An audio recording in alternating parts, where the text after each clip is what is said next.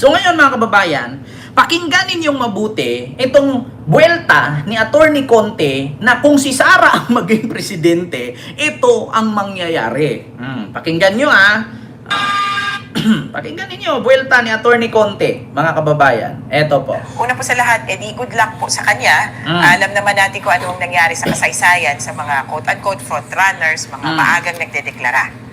Yan po ang mga kinasapitan ng Vice President Jojo Binay, Vice President, sino pa bang mga tumakbo.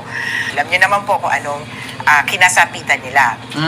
Pero kung si Sara mismo, Sara Duterte ang tatakbo, kung saan halos padugtong ito sa 12 taon na nakaupo ang mga Duterte sa national position, tatay niya, tapos yung anak naging Vice President, tapos gusto pa niyang dumagdag, habang hounded sila. Hinahabol sila ngayon ng multo, ng una extrajudicial killings, ng crimes against humanity na naganap sa Pilipinas nung panahon na presidente ang tatay niya. Sandamakbak na issue ng korupsyon mula pa sa pandemic related, Pharmally scandal, and other corruption issues. And then, pangatlo, yung... Diba? Mamaya natin ipagpatuloy yan mga kababayan. Anong sabi ni Attorney Conte? Good luck na lang kay Sara. Kasi sa mga maaaga na nagdeklara dyan na tatakbong presidente, katulad kay Binay, anong nangyari kay Binay? Kung naalala ninyo mga kababayan, si Binay noon, halos lahat ng gobernador, congressman, mayor, local government, si Binay ang pinili. Kasi ang Makati umunlad. Kasi ang Makati ang pinakamaunlad sa buong Pilipinas, kung alam nyo yan. So, syempre, gusto ng tao na magkaroon ng presidente na magaling magpatakbo ng ekonomiya. Kasi ekonomiya naman talaga ang problema natin eh. Para umunlad, tataas ang ating sahod, mumura ang bilihin, gaganda ang pamumuhay ng mga Pilipino, pagandahin ang ekonomiya. Magaling si Binay pagdating sa ekonomiya ng Makati. Pero mga kababayan, kalahati, nagdeklara siya ng maaga. Pagdating na, ganyan din kay Sara, 2026, 27, 28. No? 1 year pa, at 1 year and 4 months, nagdeklara na si Binay. Nagulat tayo, mga kababayan. Biglang ipinalabas ni Coco Pimentel, ni sino pa yon, ni Cayetano ba yon, at si Coco Pimentel. Tapos biglang bumaliktad si John Vic Remulla, kasi si John Vic dating spokesperson ni Binay yan. Biglang bumaliktad sila at nilabas nila itong malapalasyo at malahasyendang kalupaan ni Binay. Nagulat ang taong bayan, ay may ganyan pala siya. Paano nangyari yung ganun? Nakalkal isa-isa. Aba, yung tiwala ng tao mga kababayan nabura. Oo, yung maagang pangako ni Binay na uwi sa pirmahan ng dokumento.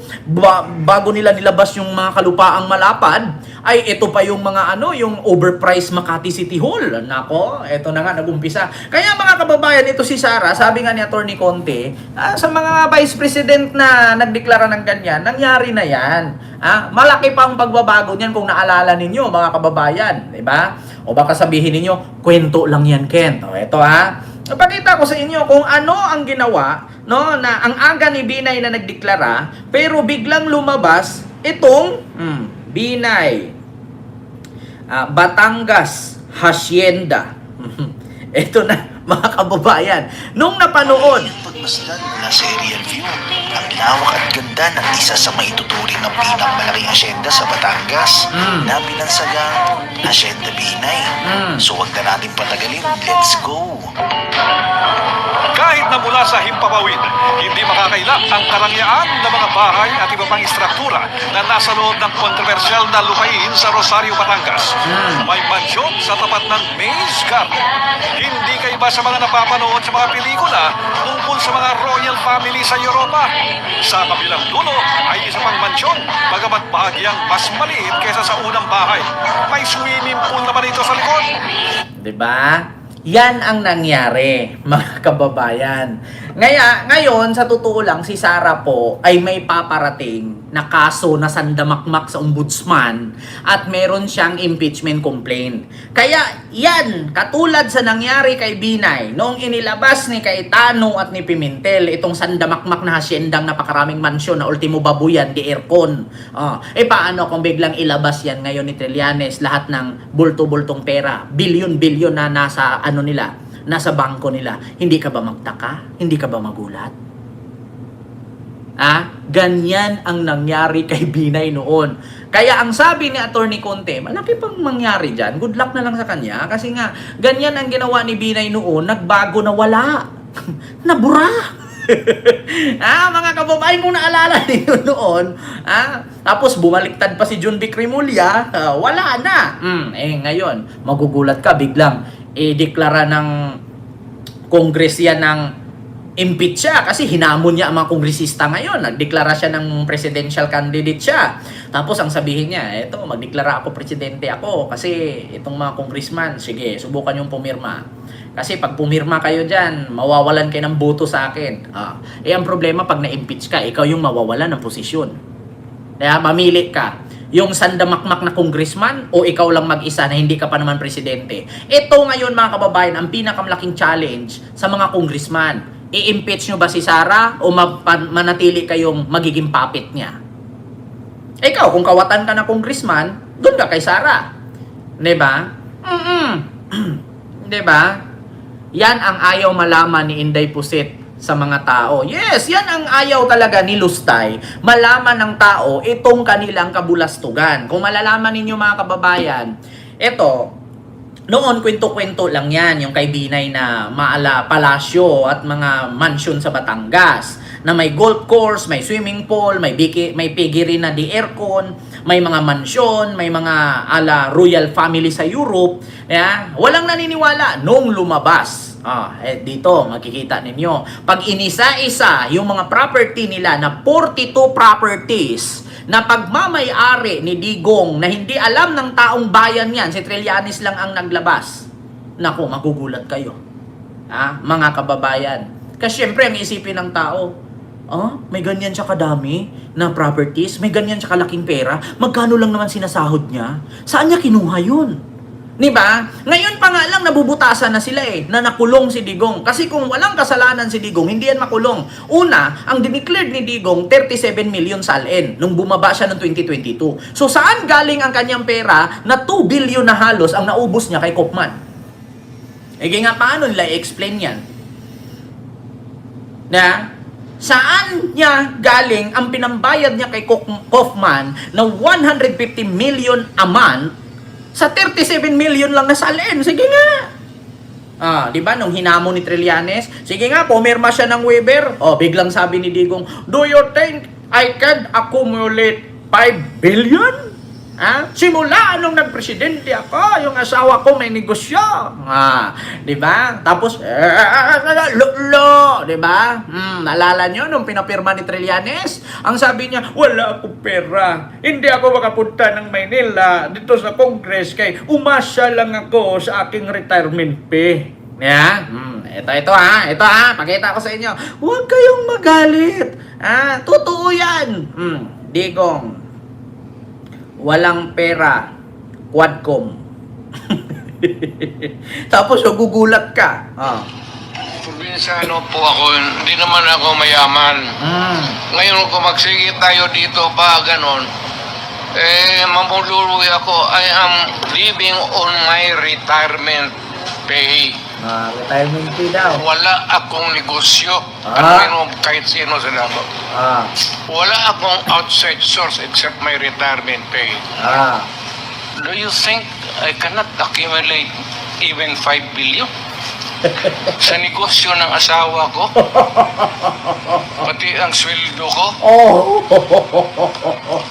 Mababa naman siguro ang pagtingin ninyo kung inutil kami na Utang ina, di ba sinungaling? Wala akong pera, hindi ako mayaman, wala akong negosyo. Tanong nyo sa Davao. Tapos maya-maya, do you think I can accumulate even 5 billion sa negosyo ng asawa ko? Sa sahod ko? Bullshit! Di ba? Napakasinungaling, di ba? Ulitin ko probinsyano po ako, hindi naman ako mayaman. Ngayon kung magsige tayo dito pa ganon, mamululoy ako. I am living on my retirement pay. Wala akong negosyo. Tanungin mo kahit sino sa dako. Wala akong outside source except my retirement pay. Do you think I cannot accumulate even 5 billion. Sa negosyo ng asawa ko, Di ba? pati ang sweldo ko, Oh. mababa naman siguro ang pagtingin ninyo kung inutil kami na Sinungaling. Tapos ngayon gusto nyo maging presidente katulad niya. Putang ina, niloloko na tayo. Magpakaloko pa rin ba? Magpakatanga pa rin ba kayo? Tapos, do you think I can accumulate 5 billion? Tapos ang ilalagay mo sa salin, 37 million. Putang ina mo. Sino pinagluluko mo? Hindi kami pinanganak na hindi nag-aral ng elementary. Alam namin ang mathematics. Alam namin ang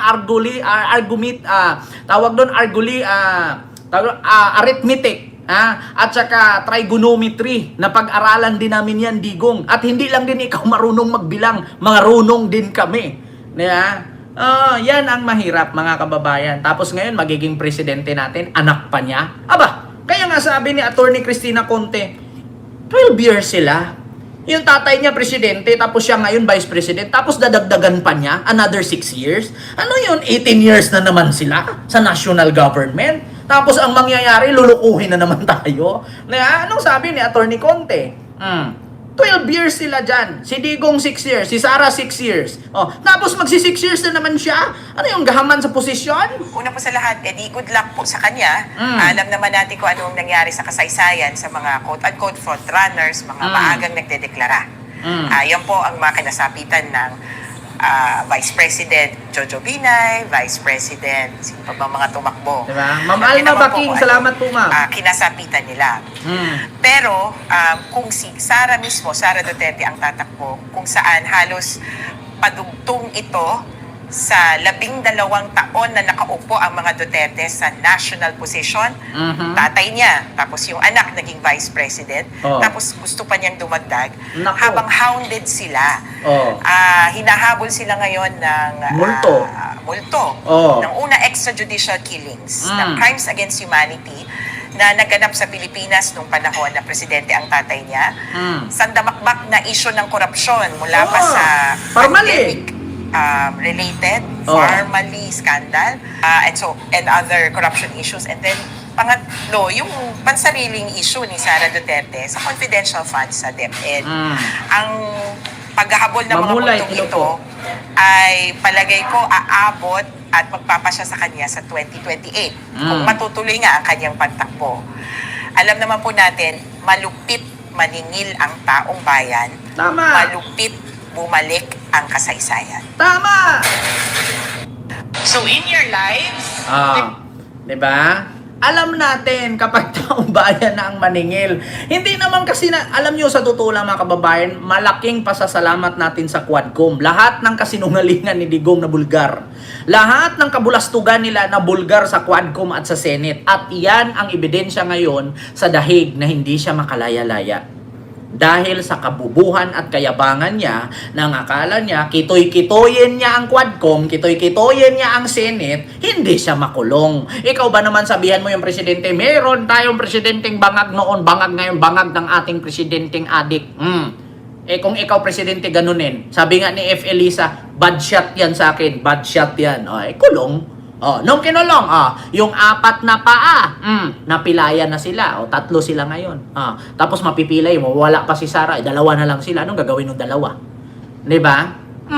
Salamat po, Mr. Densho, sa yung Australian super chat. Thank you so much po. Diba? Kaya sa totoo lang, mga kababayan, kung kayo DDS, pagpatuloy nyo yan. Diyan kayo magaling. Diyan kayo naging tanga. Kung gusto nyong masaktan, huwag nyong araw-arawin, maging tanga. Kung gusto mong magpakatanga, huwag mong araw-arawin para di ka masaktan. Inulit ko, mga DDS kung gusto mong magpakatanga, huwag mong araw-arawin para hindi ka masaktan. 'Di ba? Magandang yan magandang kasabihan 'yan. Kung gusto mong maging tanga, huwag mong araw-arawin para di ka masaktan. Biruin mo. Uutuin ka lang sa drug war, tapos magugulat ka, apakadaming patay sa Caloocan ni isang drug lord, walang natumba.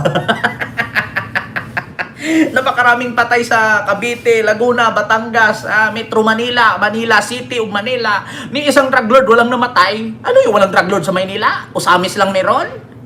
Leyte lang meron? So, kumusta naman ang Davao? Kumusta ang Maynila? Kalaki-laki ng Metro Manila. Nandito lahat. Nandito lahat sa Maynila, nandito lahat sa Davao, nasa Cagayan de Oro, sa Cebu. Bakit ang Usamis lang at Leyte na si Parohinog at tatay ni Kirwin ang natumba? Nasaan yung Caloocan? Nasaan yung Maynila, Valenzuela, Bulacan, Batangas, Cavite, Parañaque, Muntinlupa, Laguna, NCR? Walang drug lord? Tang-ina nyo. Ginawa yung tanga. Diba? Ayan. Kita nyo. Taga-probinsyano ako. Wala akong pera. Wala akong negosyo. Kahit itanong ninyo sa Davao. Do you think I can accumulate even 5 billion? Parang ang liit naman ang tingin ninyo sa akin. Putang ina mo. Sinungaling kang hayop ka. Dapat sa'yo, bulo ka dyan. Huwag ka nang umuwi, tay. Dyan ka na lang. Diba? Yun po yung banat ni Attorney Cristina Conte.